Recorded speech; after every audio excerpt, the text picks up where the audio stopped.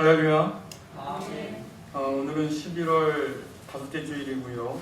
대인절 첫째 주일입니다. 앞으로 4주 동안 대인절을 지키게 되고 그 이후에 성탄절을 맞이하게 되죠. 주님을 기다리는 귀한 마음을 가지고 이 시간 하나님께 예배하기를 원합니다. 묵상으로 기도합시다.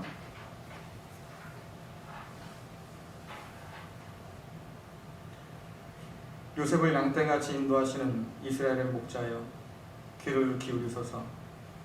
그룹 사이에 저정하신 이여, 빛을 비추소서.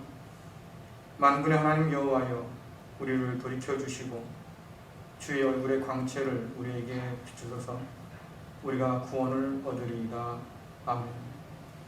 마른 땅이 담비를 기다림같이 목마른 사슴이 시냇물을 찾듯이 이 시간 하나님을 찾아 나왔사오니 그곳에 임하여 주셔서 만나주시고 우리의 예배를 받아 주옵소서. 예수님의 이름으로 기도드리옵나이다. 아멘. 다 함께 사도신경으로 신앙을 고백하겠습니다. 전능하사 천지를 만드신 하나님 아버지를 내가 믿사오며 그 외아들 우리 주 예수 그리스도를 믿사오니 이는 성령으로 잉태하사 동정녀 마리아에게 나시고 본디오 빌라도에게 고난을 받으사 십자가에 못 박혀 죽으시고 장사한 지 사흘 만에 죽은 자 가운데서 다시 살아나시며 하늘에 오르사 전능하신 하나님 우편에 앉아 계시다가 저리로서 산자와 죽은 자를 심판하러 오시리라. 성령을 믿사오며 거룩한 공예와 성도가 서로 교통하는 것과 죄를 사하여 주시는 것과 몸 다시 사는 것과 영원히 사는 것을 믿사옵나이다. 아멘. 교동문 115번입니다. 구주 강림 첫 번째 것입니다.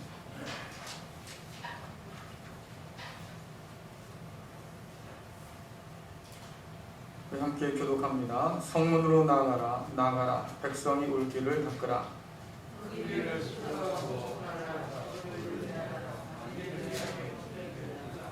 여호와께서 땅끝까지 선포하시되 너희는 딸 시온에게 이르라. 보라, 내 구원이 이르렀느니라.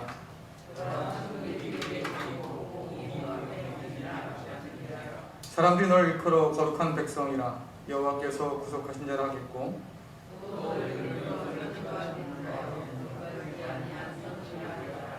선지자 이사야의 책에 쓴 바 광야에서 외치는 자의 소리가 있어 이르되 모든 골짜기가 메워지고 모든 산과 작은 산이 낮아지고 모든 육체가 하나님의 구원하심을 보리라 함과 같으니라. 아멘.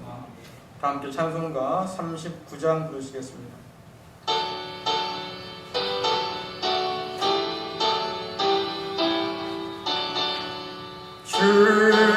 은혜를 받으려 모인 성도들 주 크신 뜻 깨닫게 하옵소서. 내 고통의 멍에를 다 벗게 되리. 날 구속하시기를 찬양하리. 주리를 곁에서 인도하시니 그 거룩한 나라가 이루어지네. 전마귀와 싸워서 늘 승리하니 큰 영광 주께 돌려 찬양하리. 주리의 방패와 장검 되시니 나 승리의 주님을 따릅니다. 큰 환난을 당할 때 늘 도우시니 심정과 높이 불러 찬양하리.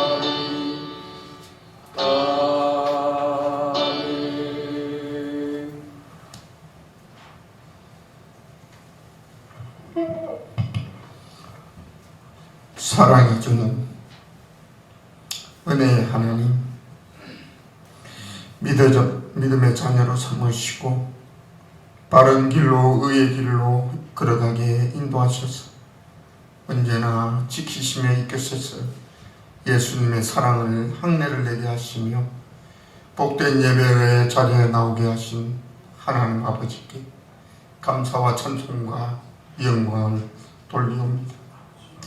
이 예배가 주님과 가까워지게 하시며 세상의 파고를 넘어설 수 있는 지혜와 용기를 얻는 시간 되게 인도하여 주시옵소서.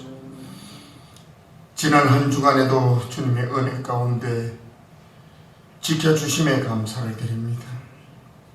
그러나 그 은혜를 머리로만 알고 실천으로 행하지 못했음을 이 시간 고백합니다. 코로나19 일상 때문에 더욱더 움츠러들고 초조하고 염려 가운데 하루하루를 지내며 살아가는 저희들의 모습이 심히 부끄럽고 송구함으로 아뢰오니 용서하여 주시옵소서. 핑계를 대면서 주저앉고 게으름과 아직을 내세워 주님 앞에 서기 무척이나 죄스러운 마음, 이 시간 예수님의 십자가 앞에 내려놓습니다. 주님의 사랑과 희생을 알게 하여 주셔서 앞서서 나를 따라오라고 하신 그 말씀을 기억하며 한 걸음 한 걸음 나아가는 믿음의 성도들이 다 되도록 지키시고 보호하여 주시옵소서.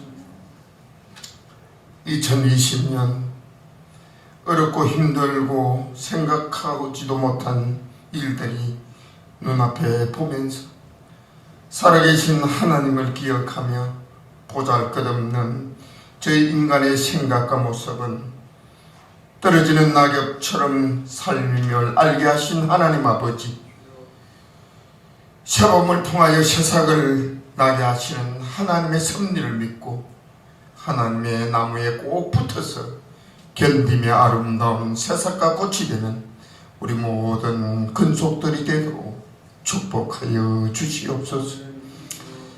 남은 한 달 동안이라도 하나님을 더욱더 간절히 찾고 온전하게 믿고 여기까지 온 것에 감사한 마음으로 살아가게 하여 주시옵소서.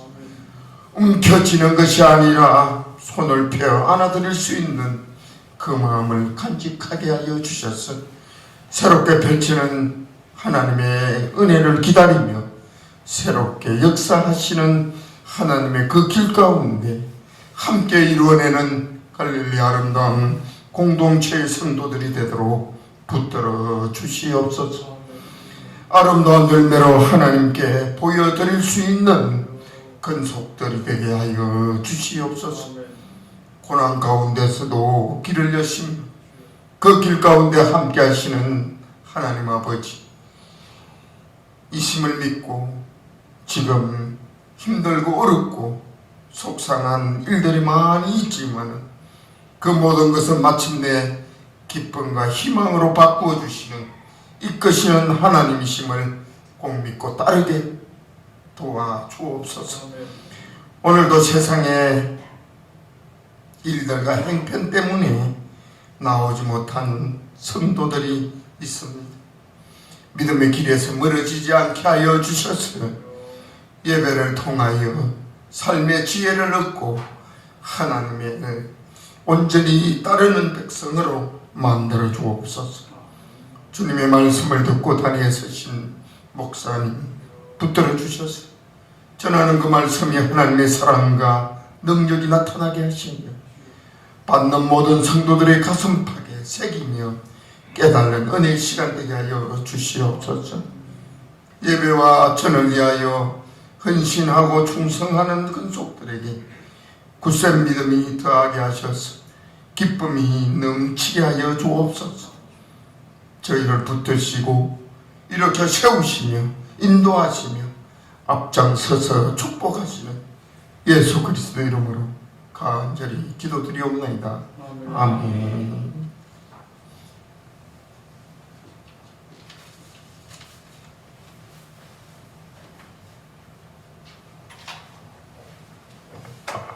모두 모두 자리에서 일어나셔서 하나님 말씀을 받겠습니다. 오늘 말씀은 로마서 8장 19절에서 25절까지 말씀입니다.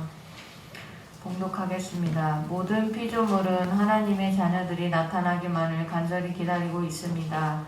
피조물은 허무하게 되었습니다. 그렇게 된 것은 피조물이 원해서가 아니라 그렇게 하신 하나님의 뜻 때문이었습니다. 하지만 소망은 있습니다. 그것은 피조물도 썩어짐의 굴레에서 해방되어 하나님의 자녀가 누리는 영광스러운 자유에 참여하리라는 소망입니다. 우리는 모든 피조물이 이제까지 신음하고 해산의 고통을 겪고 있다는 것을 압니다. 피조물만 아니라 성령의 첫 열매를 받은 우리들 자신도 속으로 신음하며 우리가 하나님의 자녀가 되는 것과 우리 몸이 구속될 것을 간절히 기다리고 있습니다. 우리는 이러한 소망으로 구원을 받았습니다. 눈에 보이는 소망은 소명이 아닙니다. 보이는 것을 소망하는 사람이 어디 있겠습니까? 따라서 우리가 아직 보지 못한 것을 소망한다면 우리는 그것을 인내함으로 기다려야 합니다. 아멘. 이 말씀 따라 사는 동안 지치지 않게 하시고 이 말씀 따라 사는 동안 주님 나라 이루소서.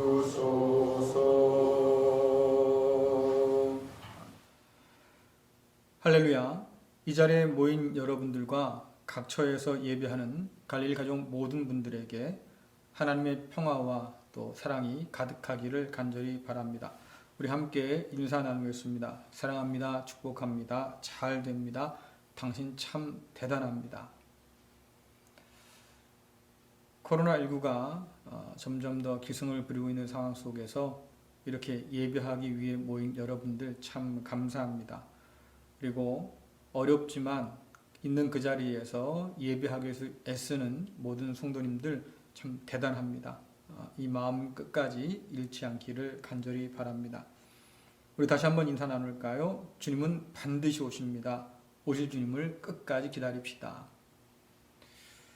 네, 벌써라는 말이 나올 만큼 11월이 지나가고 이제 12월이 다가오고 있습니다. 겨울을 향해서 성큼 다가서는 때지요.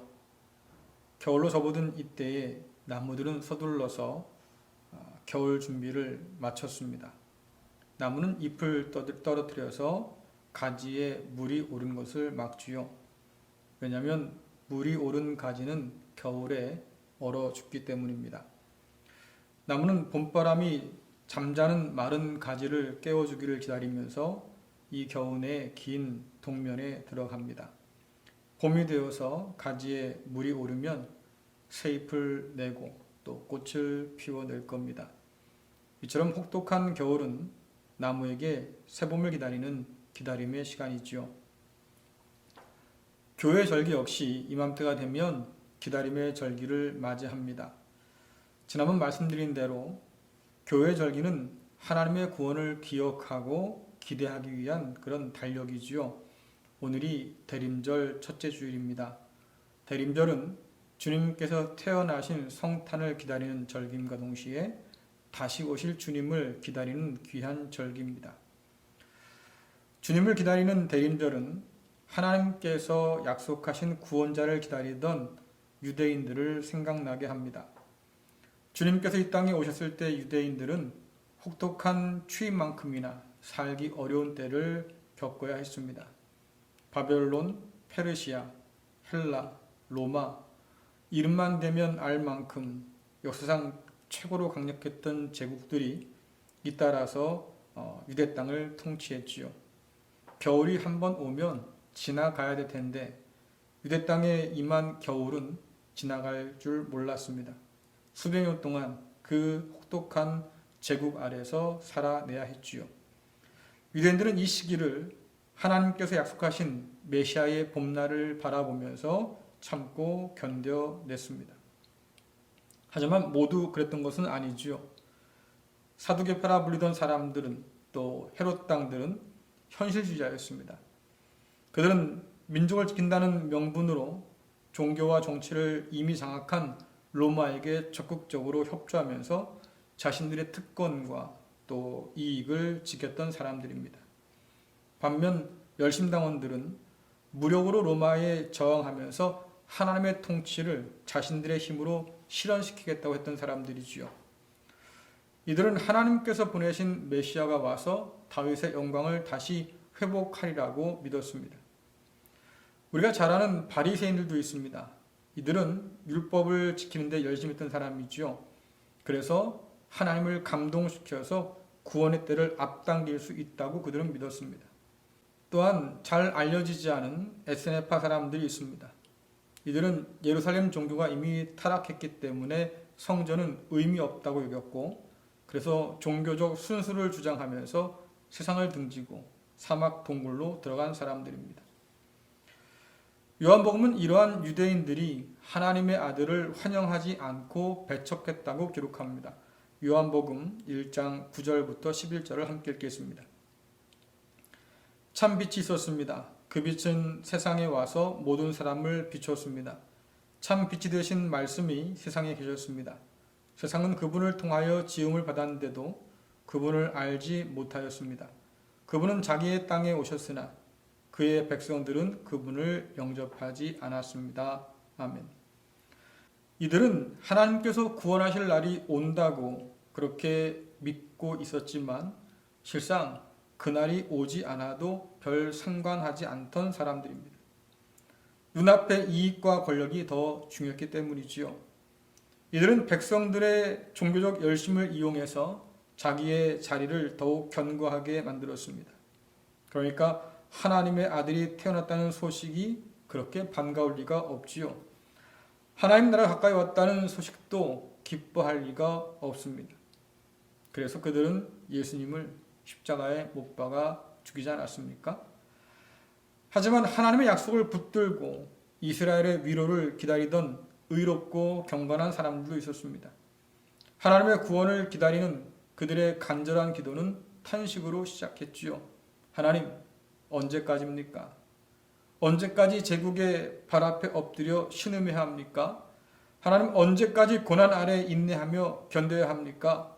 하나님, 약속하신 하나님의 구원은 언제나 이루어집니까? 이들은 이 탄식을 쏟아냈어요. 고난이 깊으면 깊을수록 탄식과 함께 기다림도 깊어지지요. 이들의 탄식에는 약속에 대한 기대와 소망이 담겨 있습니다.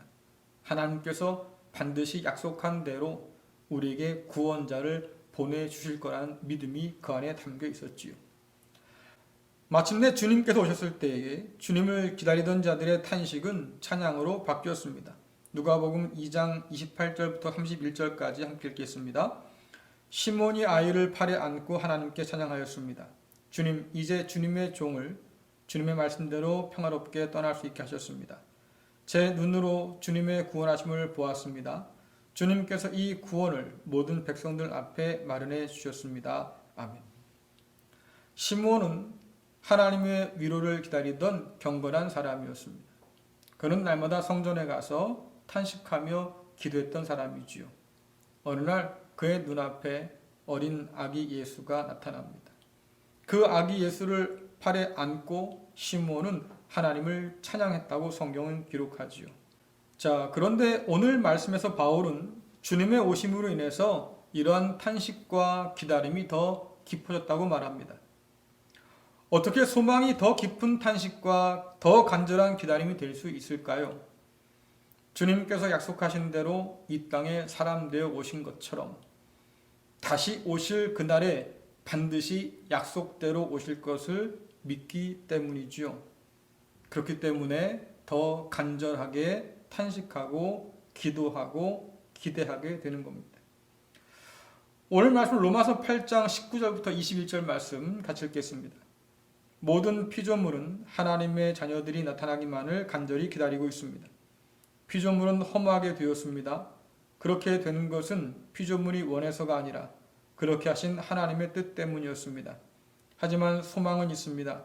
그것은 피조물도 썩어짐의 굴레에서 해방되어 하나님의 자녀가 누리는 영광스러운 자유에 참여하리라는 소망입니다. 아멘. 성경은 특별히 시편은 만물이 하나님을 찬양한다고 노래합니다. 하지만 바울은 만물이 탄식하고 있다고 말하지요. 여러분, 우리나라는 새가 운다고 말합니다. 외국은 새가 노래한다고 말하지요. 어느 게 맞습니까? 새가 웁니까? 새가 노래를 합니까? 목사님, 그거는 기분 따라 다르지 않겠습니까? 제가 좀 기분이 우울하면 새가 우는 거고요.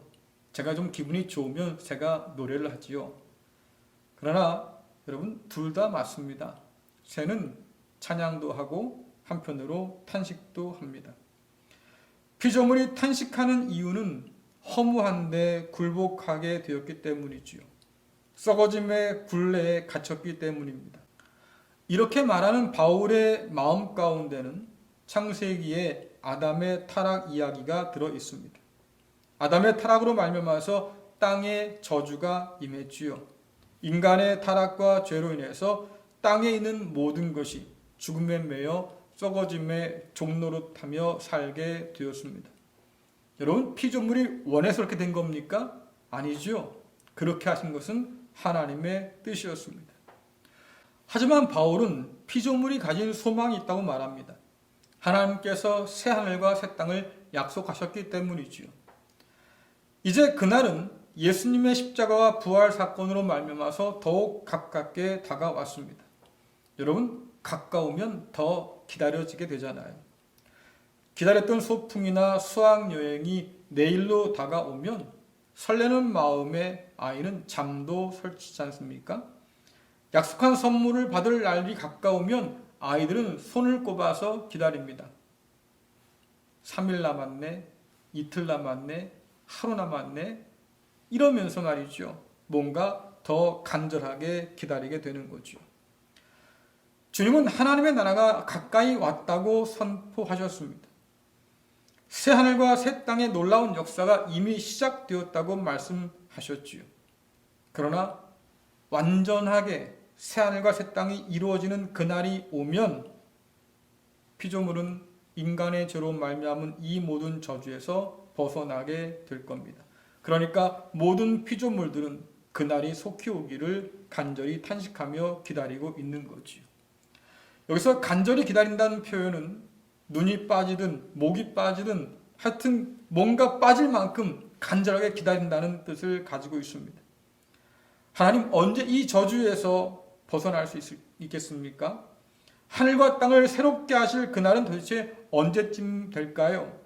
허무한 썩어짐에서 벗어날 날은 도대체 언제 오는 겁니까? 하나님께서 약속하신 그날은 과연 언제 오게 될까요? 이런 피조물의 탄식과 기다림은 어쩌면 대림절을 맞이하는 우리보다 더 간절할 수 있을 것 같습니다. 근데 여러분, 한번 생각해 보세요. 피조물도 구속을 바라며 탄식한다는 것이 믿어집니까? 사람도 아닌 주제에 무슨 구속을 바래, 무슨 구원을 바래, 이렇게 사람들은 생각하잖아요.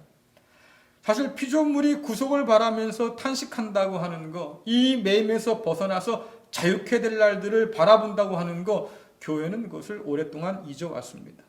가르치지 않았지요. 그동안 우리는 우리 구원에만 몰두해 왔습니다. 아직도 그리스도인이라 말하는 많은 사람들이 구원을 그저 영원 구원으로만 그렇게 한정지어 생각하는 경우가 참 많습니다. 그러나 성경 분명히 말하지요. 창조 세계가 완전히 새로워지는 그 날을 하나님은 계획하고 계시고 그렇게 이루어 가신다고 말씀하고 있습니다. 교회는 이런 하나님 말씀을 그동안 무시해 왔어요. 그러나 바울은 복음 안에서 약속된 구속을 바라보는 피조물의 간절한 탄식을 지금 듣고 있습니다. 아담의 타락 이후로 피조물의 탄식이 사라진 적은 없었지요.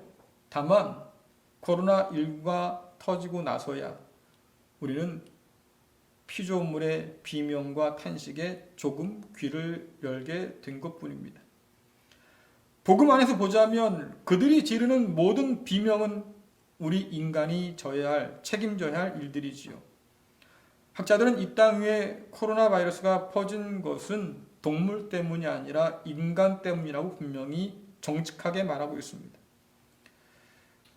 지구의 포유 중 36%가 인간이라고 하고 60%는 인간이 먹기 위해 기르는 가축이라고 합니다. 나머지 4% 이하가 야생동물이라고 하지요. 우리는 가끔 동물의 왕국이나 이런 프로그램에서 보듯이 아프리카 어디에 가면 사자가 뛰어놀고 말입니다. 기린이 뛰어다니고 수많은 사슴떼들이 뛰어다닌 줄 알아요. 그러나 사실 가보면 없습니다. 여러분들 대부분 동물원에 갇혀 있지요. 동물원에서 보호받는 종들입니다. 인간과 가축이 육지의 대부분을 차지하고 그것도 모자라서 인간은 야생동물의 서식지를 개발이란 이름 아래 쑥대밭을 만들어 놓았습니다. 또 개간이란 이름으로 불을 질렀지요.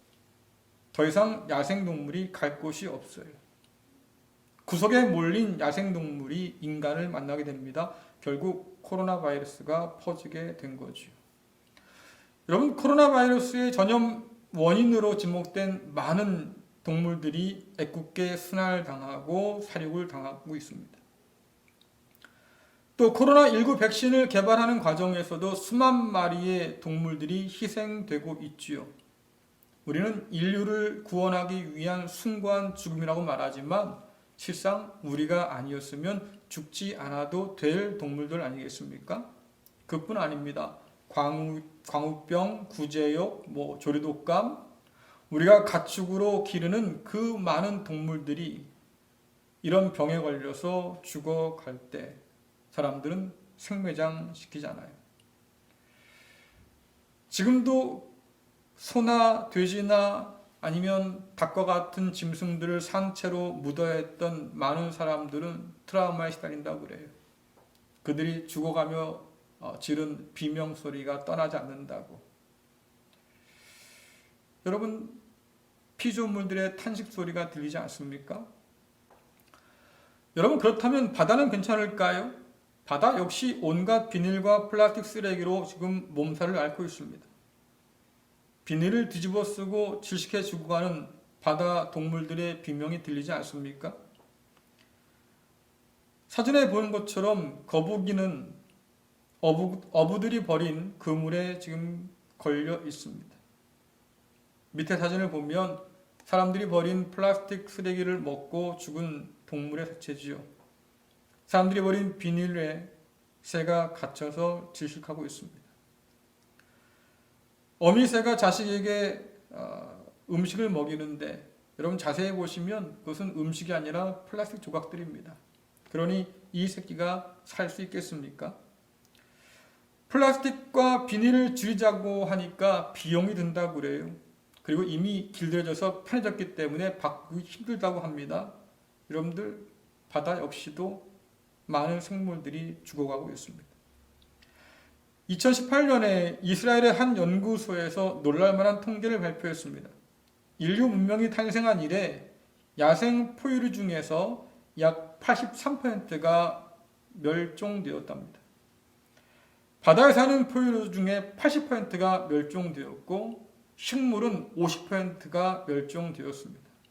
또한 바다에 사는 어류는 15%가 인간의 손에서 절멸했지요.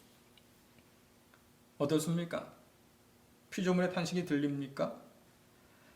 세상에 있는 새 중 70%가 닭과 오리 등 우리가 먹기 위해 키우는 가금류라고 합니다. 포유류의 60%는 소와 돼지 등 식용을 위한 가축이지요. 이런 심각한 불균형이 오늘 우리가 사는 세상 속에 남아 있습니다. 상황이 이런데도 말이죠. 사람들은 선심 쓰듯이 그들을 안전하게 보호해 주겠다면서 개체수가 줄어든 동물을 동물원에, 식물을 식물원에 가둬둡니다. 자연에서 흔히 보았던 동물들인데, 식물들인데 이제는 동물원에 가야만, 식물원에 가야만 볼 수 있는 상황이 되었죠. 우리가 다 죽여놓고 말입니다. 몇몇 살아남은 개체들을 멸종 위기종이라고 혹은 천연 기념물이라고 그렇게 이름 붙여놓고 보호해 주겠다고 해요. 여러분들, 인간이 아니었다고 하면 그들은 더 안전했을 겁니다. 인간이 아니었다고 하면 절멸의 위기를 겪지 않아도 되었겠지요. 이런 상황들을 보면서 저는 옛날 노래를 하나 떠올렸습니다. 여러분들 작은 연못이라는 노래를 아십니까? 가사가 그렇습니다. 깊은 산 오솔길 옆에 작은 연못이 있었어요. 그 연못에 작은 붕어 두 마리가 살았다지요. 어느 날 서로 친하게 지내는 이 두 붕어가 말입니다. 물고 뜯고 싸우게 되었어요. 그러다가 그 중에 한 마리가 죽게 되었습니다. 남은 한 마리가 연못의 주인이 되었지요. 그러나 얼마 못 가서 죽은 붕어가 썩어 들어가고 결국 연못 물도 썩고 말았습니다. 작은 연못은 더는 아무것도 살 수 없는 죽음의 연못이 되었지요. 이 노래는 한때 분단의 아픔을 노래하던 노래였습니다. 그러나 이제는 신음하는 모든 피조물들의 아픔을 노래하는 소리로 들립니다. 그들이 살지 못하면 우리 인간도 살 수 없는 거지요. 그들이 죽으면 결국 우리도 죽는 겁니다. 피조물의 신음이 끝나지 않는다고 하면 오늘 우리의 신음도 끝나지 않을 거예요. 지금이라도 돌이키지 않으면 인간도 살 수 없다는 위험 신호가 곳곳에서 들려오지 않습니까? 근데도 우리는 귀 막고 삽니다. 앞으로 10년이라는 시간이 중요하다고 그래요. 인류의 절멸을 막을 수 있는 골든타임이라고 하지요. 그런데 우리의 책임을 우리는 정면으로 바라보지 않고 인정하지 않습니다. 온갖 동물들이 대신 그 대가를 치르고 있지요. 인간을 위한다는 명목의 환경 파괴와 착취가 멈출 줄을 모릅니다. 우리는 계산기를 두드리면서 말이지요. 멈추기를 주저해요. 이익이 안 남아, 비용이 안 돼. 그러나 그럴수록 피조물의 탄식은 더 깊어갈 거예요. 그 탄식 속에서 소망이 더욱더 간절해지겠지요. 주님, 어서 오십시오. 우리를 좀 해방시켜 주십시오. 약속한 새하늘과 새 땅이 속히 이 땅 가운데 펼쳐지게 하셔서 우리를 좀 건져 주십시오. 바울이 본 것처럼 피조물은 썩어짐의 굴레에서 벗어나기를 기다리고 있습니다. 그 어느 때보다도 그 누구보다도 더 간절하게 사모하고 있지요. 그뿐 아니라 바울은 구원을 받고 성령 충만한 사람에게는 어울리지 않는 그런 이야기를 또한 꺼내놓습니다. 여러분 로마서 8장 22절부터 23절 말씀 함께 읽겠습니다. 우리는 모든 피조물이 이제까지 신음하고 해산의 고통을 겪고 있다는 것을 압니다. 피조물만이 아니라 성령의 첫 열매를 받은 우리들 자신도 속으로 신음하며 우리가 하나님의 자녀가 되는 것과 우리 몸이 구속될 것을 간절히 기다리고 있습니다. 아멘. 찬양과 탄식 속에 있는 피조물처럼 구원받은 성도 역시 찬양과 탄식 가운데 있습니다. 우린 이미 예수 그리스도를 따름으로 말미암아서 아담의 길에서 벗어난 사람들이, 우린 이미 성령 안에서 하나님의 자녀로 인침을 받은 사람이지요. 그러니까 이 자리에 나와서 찬양하면서 하나님께 감사드리고 예배하지 않습니까? 그런데 이것이 끝이 아니라는 거예요. 왜? 우리는 새하늘과 새 땅을 아직 바라만 보고 있습니다. 주님을 닮고 있긴 하지만 그러나 주님처럼 완전한 것은 아직 아니지요. 우린 이미 성령의 첫 열매를 받았지만 그러나 여전히 신음하며 살고 있습니다. 성경은 이런 우리를 나그네에 비유하잖아요. 여러분들 나그네의 소원이 뭡니까? 빨리 집에 도착하는 거잖아요. 걷다가 보면 집이 가까워질 때가 있습니다. 그러면 이상하게 마음이 좀 급해져요. 발걸음을 재촉하게 되고 때론 뛰기도 하잖아요. 저희 아이들이 학교를 다닐 때에 학교가 근처에 있었습니다. 1분이면 갈 수 있는 학교도 있었고요. 뭐 한 3분 안에 가면 갈 수 있는 학교도 있었어요. 그런데도 아이들은 집에 오다가 집이 가까이 보이면 뛰기 시작합니다. 그거 참 희한하지요? 왜요? 집에 빨리 가고 싶은 거예요. 우리는 하나님의 자녀로 우리 몸이 구속될 주님의 날을 간절히 기다리고 있습니다. 이런 우리가 피조물의 신음소리를 듣는다고 바울은 얘기하지요. 여러분 22절에서 우리는 모든 피조물이 이제까지 신음하고 해산의 고통을 겪고 있다는 것을 안다고 바울은 말합니다. 이 말씀에 의하면 성령 충만한 사람들은 귀가 예민해져요. 그래서 만물의 탄식하는 소리를 듣지요. 성령 안에 있는 사람은 마음도 예민해집니다. 뾰족해진다는 말이 아니에요. 오히려 만물의 탄식에 깊이 공감합니다. 너희도 그날들을 기다리고 있구나. 나처럼 그 마음을 이해하게 되는 거죠. 제코가 석자인 우리가 어떻게 만물의 탄식을 들으면서 깊이 공감할 수 있겠습니까? 이유는 한 가지예요. 성령 안에 있기 때문이죠. 여러분 고린도전서 2장 10절부터 11절 말씀 함께 읽겠습니다. 하나님께서는 성령을 통하여 이 지혜를 우리에게 계시하셨습니다. 왜냐하면 성령님께서 모든 것을 심지어 하나님의 깊은 것까지도 속속히 살피시기 때문입니다. 어떤 사람이 생각하고 있는 것을 그 사람 속에 있는 영이 아니고서야 누가 알 수 있겠습니까? 이와 마찬가지로 하나님의 생각도 하나님의 성령만이 아실 수 있습니다. 아멘. 하나님의 마음과 생각을 아시는 성령께서 우리 안에 계셔서 우리의 눈과 귀를 열어주셔요. 우리는 우리 구원에만 몰두하느라고 종종 하나님의 구원의 큰 계획을 자꾸 잊고 삽니다. 마치 피조물의 탄식과 그들의 구원은 하나님의 안중에 없는 것처럼 우리는 착각할 때가 많이 있지요. 하지만 이것은 복음을 심각하게 오해하는 겁니다. 여러분 우리가 몸의 기능이 떨어져서 상처가 나거나 아프면 병원에 가잖아요.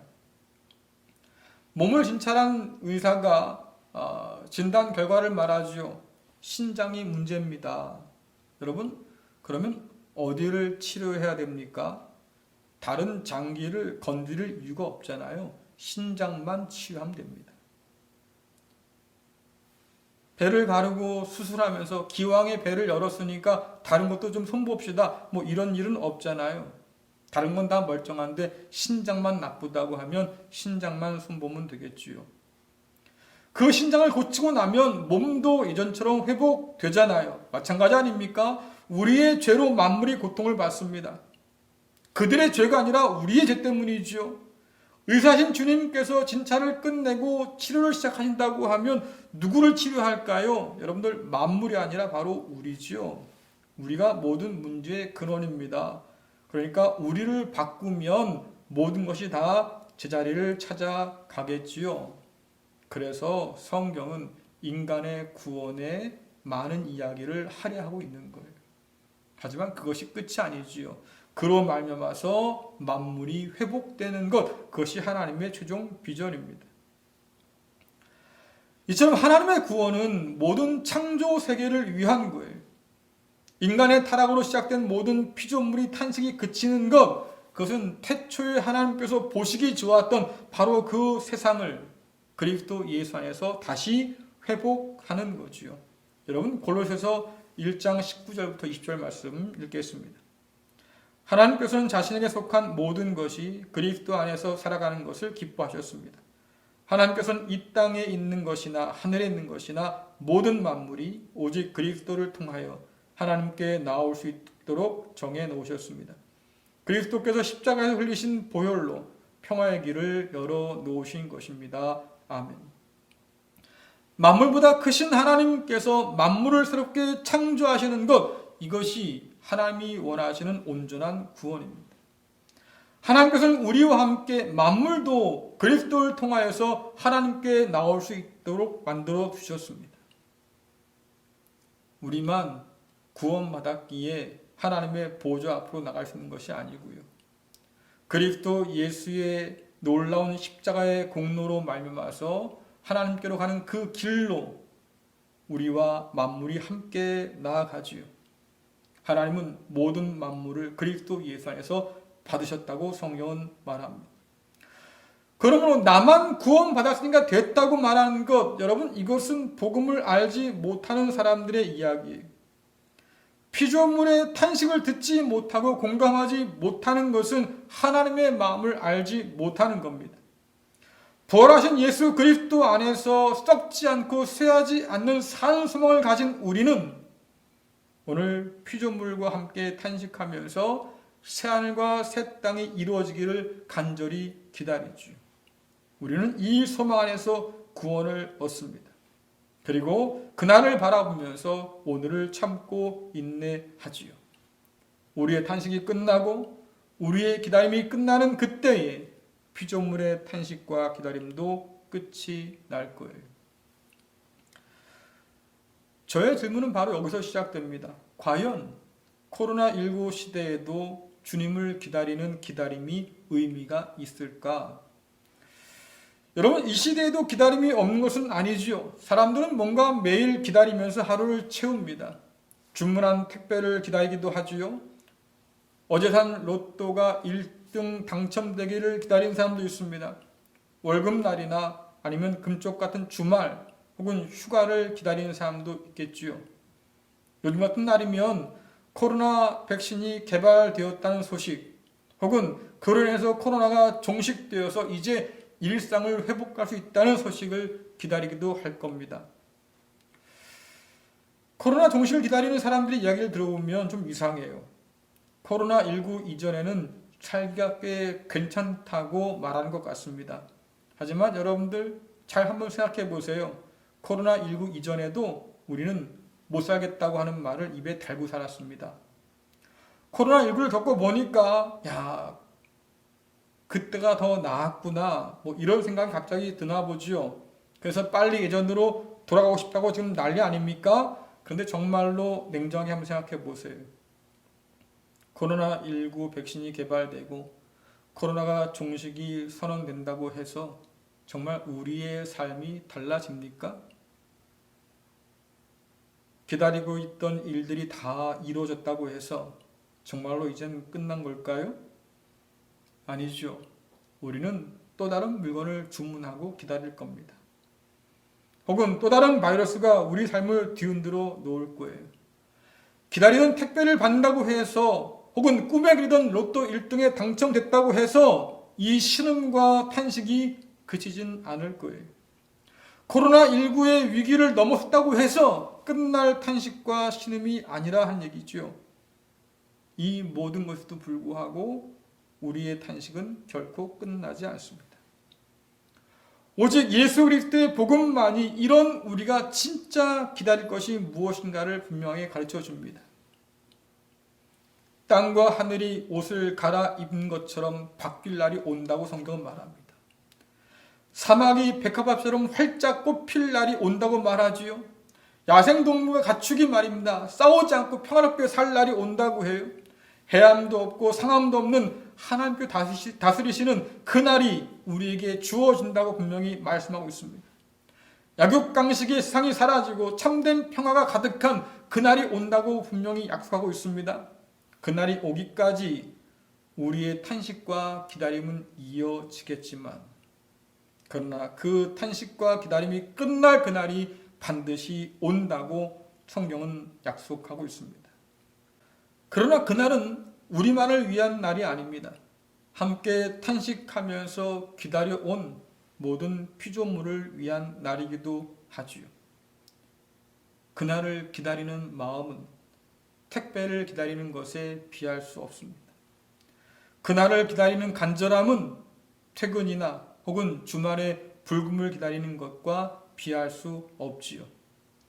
우리는 비교할 수 없는 기다림 속에 지금 살아가고 있습니다.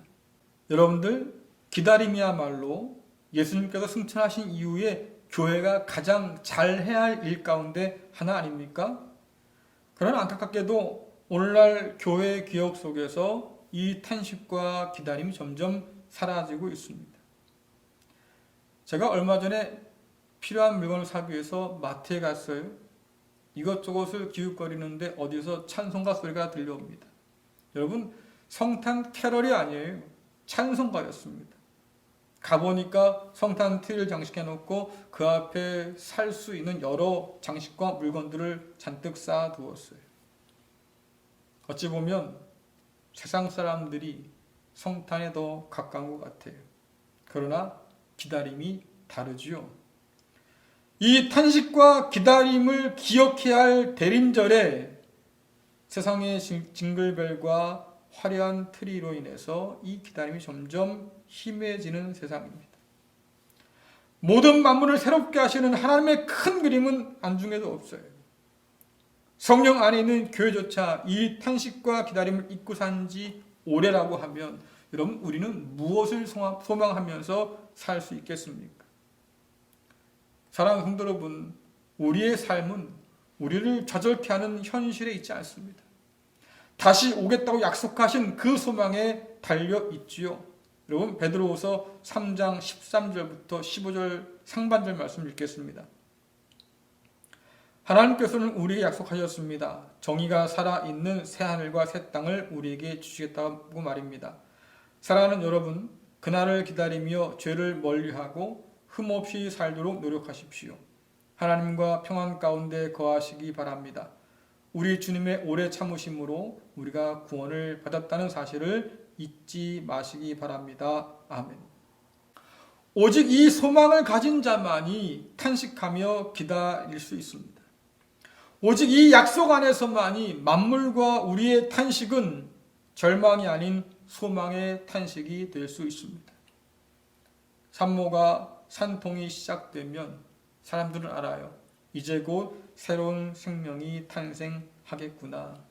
마찬가지로 주님 오실 날을 기다리는 우리의 또 만물의 탄식은 하나님께서 새 하늘과 새 땅을 만드실 그날을 바라보고 있지요. 하나님께서 이 땅에 다시 오시는 그날, 이 세상과 또 하늘은 새롭게 바뀌겠구나. 피조물과 함께 새하늘과 새 땅을 기다리는 소망으로 오늘을 살기를 간절히 바랍니다. 대림절 첫째 주일이지요. 어찌 보면 그 어느 때보다도 차분하게 또 더 깊은 탄식 가운데서 주님을 기다릴 수 있을 것 같아요. 그렇게 우리가 주님을 기다림으로 성탄을 맞이하고 또 다시 오실 주님을 맞이할 수 있는 그 놀라운 은혜가 저와 여러분에게 함께하기를 간절히 축원합니다. 기도하겠습니다. 그리스도 예수의 복음 안에서 피조물의 탄식에 귀 기울이시는 하나님 아버지, 이 코로나19 시대에 영원한 약속을 바라보면서 소망 가운데 탄식하는 믿음 주심을 참으로 감사드립니다. 다시 오실 주님을 기다리는 이 믿음이 변치 않도록 하여 주옵소서. 만물을 새롭게 창조하시는 하나님의 큰 구원을 깨달아 알게 하시고 새하늘과 새 땅을 바라보면서 주님을 기다리게 하여 주옵소서. 고통 속에 신음하는 피조물의 탄식에 귀 기울여 듣게 하시고 감당해야 할 청지기의 사명을 잘 감당할 수 있도록 은혜를 덧입혀 주옵소서. 예수 그리스도의 이름으로 기도드리옵나이다. 아멘. 찬송가 105장 부르시면서 준비한 예물 드리겠습니다.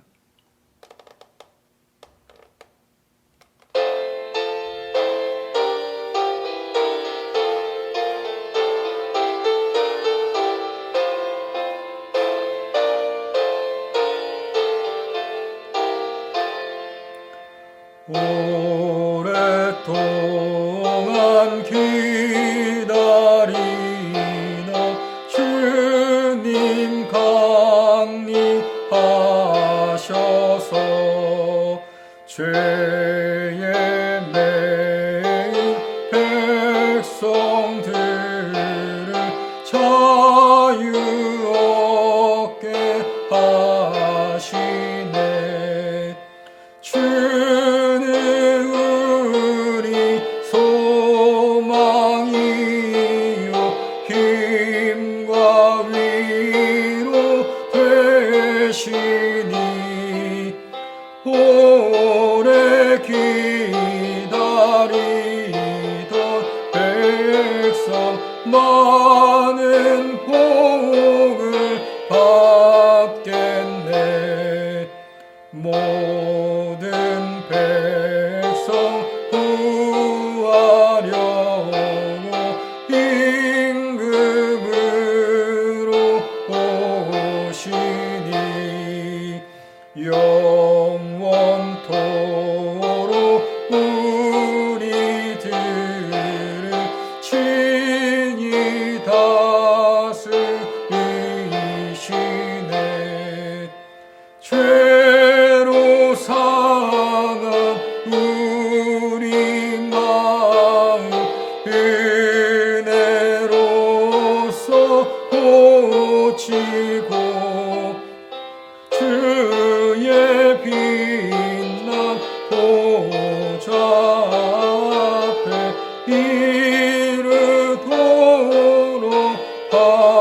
하소서.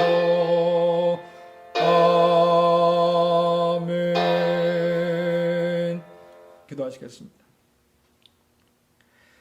은혜로우신 하나님 아버지, 12월을 앞둔 11월 마지막 주일에 하나님의 놀라우신 은혜를 기억하면서 귀한 예물 드리게 하심을 참 감사합니다. 어둡고 무거운 코로나19 시대에도 변함없는 은혜를 허락하여 주셔서 그 은혜로 인하여서 감사할 수 있는 믿음 주심을 참으로 감사를 드립니다. 여러 가지로 어려운 성도들의 삶을 하나하나 살펴주시고 때마다 일마다 도우셔서 풍성함으로 채워 주옵소서.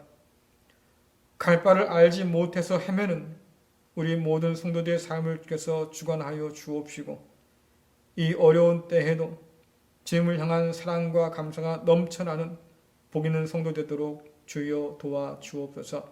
예수님의 이름으로 기도드리옵나이다. 아멘.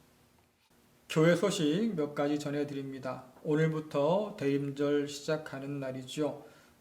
앞으로 성탄이 다가오기까지 주님을 기다리는 마음으로 가득 채우면 좋겠습니다. 또 교회 학교에서는 각 가정에 어린이 대림절 달력을 나누어 드립니다. 각 가정에서 말씀 읽고 함께 묵상하며 기도하기를 바랍니다. 코로나19가 점점 확산세에 있어서 앞으로 어떻게 될런지 우리가 가늠하기 참 어렵습니다. 지침에 따르겠지만 그러나 그때까지 여러분들 조심하시고 또 건강 잘 관리하면 좋겠고요. 혹여 비대면으로 전환하게 될 경우에는 영상을 통해서 예배할 수 있도록 하겠습니다.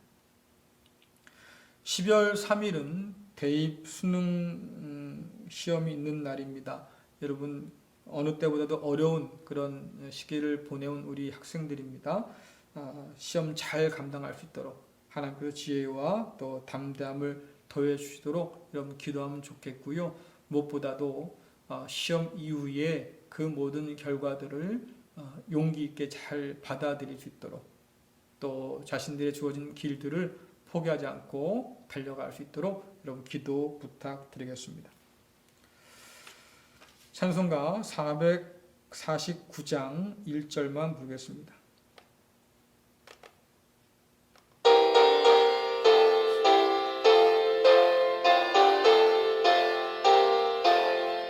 예수 따라가며 복음 순종하면 우리 행할 길 환하겠네. 주를 의지하며 순종하는 자를 주가 늘 함께 하시리라.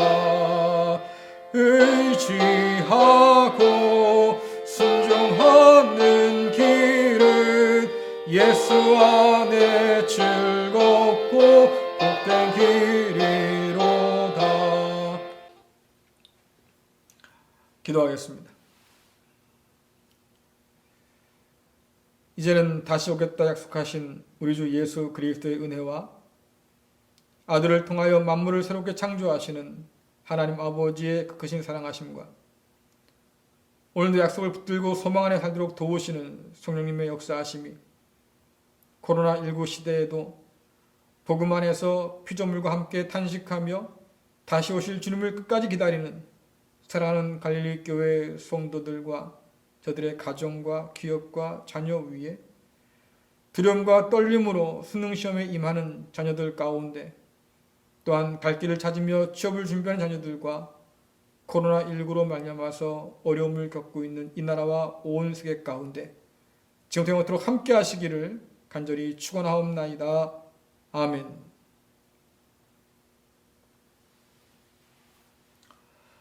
네, 예배 마치겠습니다. 이번 한 주간도 주님 안에서 평안하시기를 간절히 바랍니다. 감사합니다.